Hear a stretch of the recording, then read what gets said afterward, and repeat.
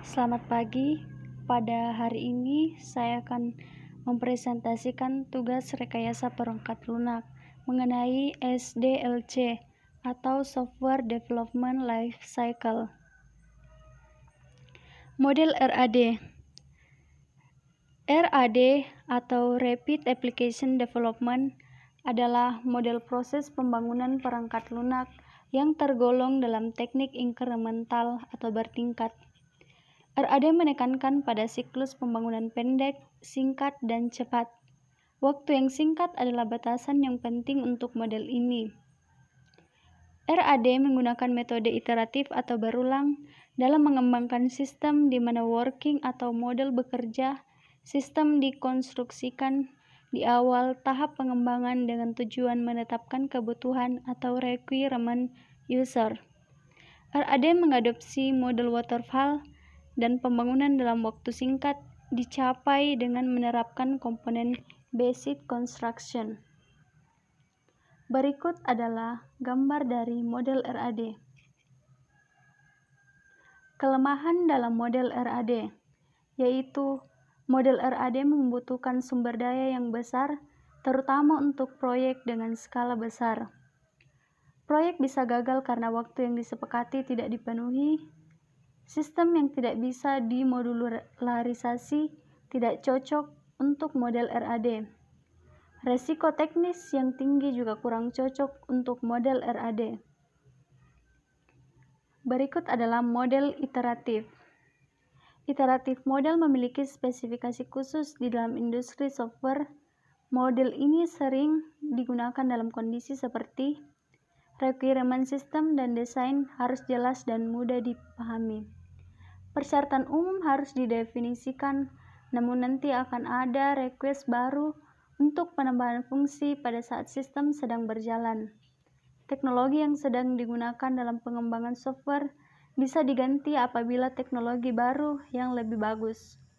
Ada beberapa fitur berisiko tinggi dan tujuan yang mungkin berubah di masa depan.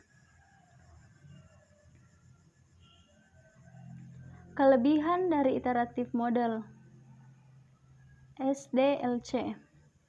Beberapa fungsi dapat dikembangkan dengan cepat di awal pembuatan versi baru. Hasil yang diperoleh secara berkala. Kemajuan sebuah sistem dapat diukur. Development software mudah direncanakan. Biaya yang dikeluarkan kecil apabila ingin merubah requirement.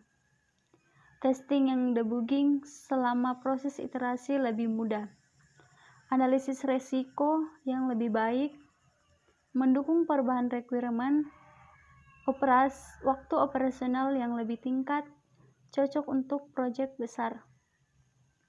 Kekurangan dari iteratif model SDLC, membutuhkan resource yang cukup banyak, meski biaya perubahan rendah, tetapi sangat tidak cocok untuk mengubah persyaratan.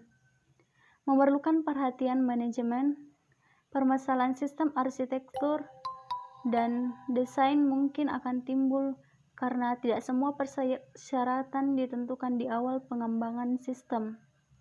Tidak cocok untuk proyek kecil, kompleksitas manajemen, dan membutuhkan tenaga ahli untuk analisis risiko yang timbul. Model spiral. Model spiral SDLC adalah sebuah metode penggabungan antara iteratif model dengan waterfall model dengan penekanan yang tinggi pada analisis risiko yang akan dihadapi. Spiral model bertujuan untuk meningkatkan tingkat keberhasilan pada saat pengembangan suatu sistem. Berikut adalah gambar dari model spiral. Kelebihan dari model spiral.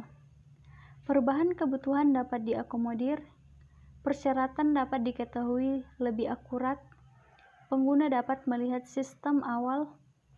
Pembangunan dapat dibagi menjadi bagian-bagian yang lebih kecil, dan bagian-bagian yang berisiko dapat dikembangkan sebelum, yang membantu dalam manajemen risiko yang lebih baik.